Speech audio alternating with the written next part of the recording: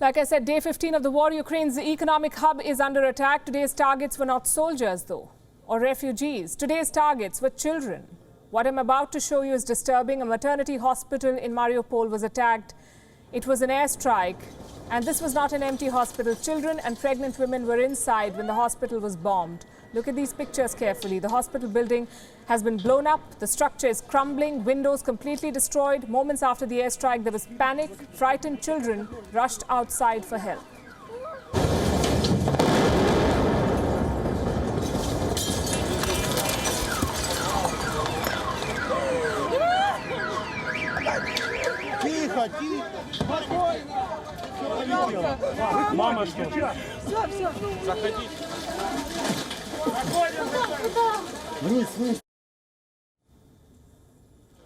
These women were at the hospital waiting to give birth. They had to be rescued on stretchers. Can it get worse? Yes, it can. Ukraine is sounding an alarm. It says a radiation leak from Chernobyl is quote-unquote imminent. The West too has a warning. It says Russia can use chemical weapons in Ukraine. The war can take a very dangerous turn. Will they end it before it's too late?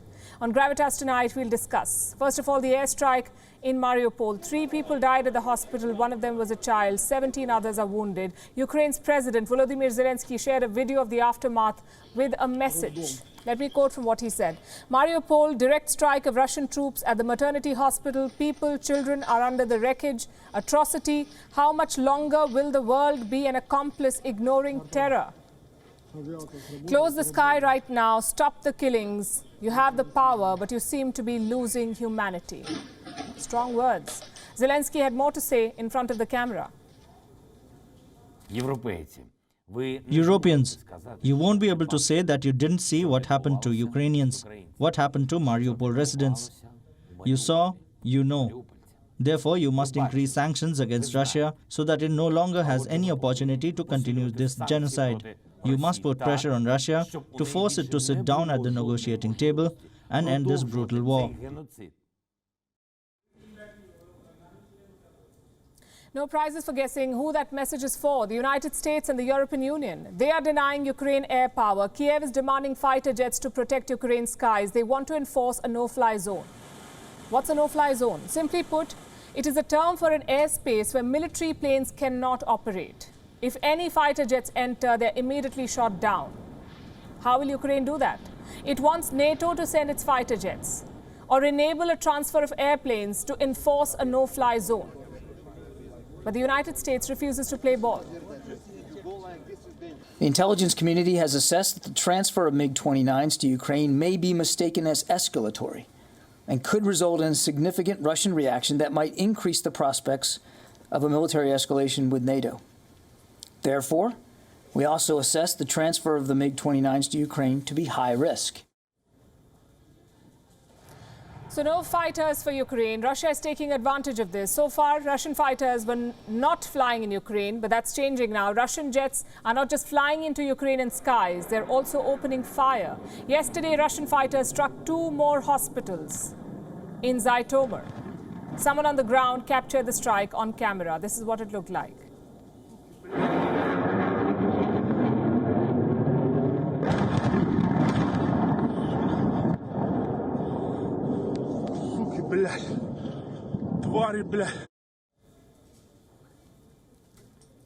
That's how a Russian plane bombed 2 hospitals. What is Moscow's justification? Russia claims that radicals were inside these hospitals and that the facilities were serving as their military base.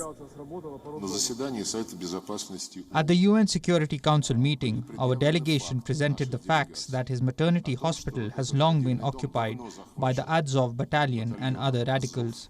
They drove out the women in labor, nurses and general staff. It was the base of the ultra-radical Azov battalion. This data was presented 3 days ago. Lavrov was talking about the hospital in Mariupol. The locals are now digging mass graves. And I'm going to repeat what I said at the beginning. The images are quite disturbing. We advise viewer discretion. Russian forces have intensified bombing key Ukrainian cities. Ukraine is raising serious concerns now. Kiev is talking about radiation leak. especially in Chernobyl. Remember, Russian forces took control of the power plant there last week in Chernobyl. Now, Ukraine says a radiation leak is imminent because the power lines are not working. Former workers at this plant are sending out warnings. They say the constant fighting near nuclear plants could lead to a catastrophe. There's a possibility of a huge catastrophe. I will tell you this. The nuclear units are well protected against missiles or even planes. The threat from Chernobyl is very high. If it gets there, the shelter object could be destroyed, and then the radiation would spread all over Europe. If any of the reactors at nuclear power plants is damaged, it will be Fukushima.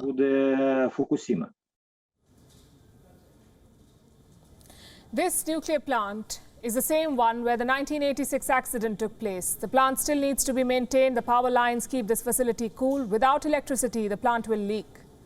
Last week, too, there were fears of a nuclear disaster. Russian forces shelled the Zaporizhia plant in eastern Ukraine. There was fire, but thankfully no leak. Now Chernobyl is said to be under threat. The pattern is ominous, and there's more. The United States and the United Kingdom have now made a big claim. They say that Russia is setting the stage to use chemical weapons in Ukraine.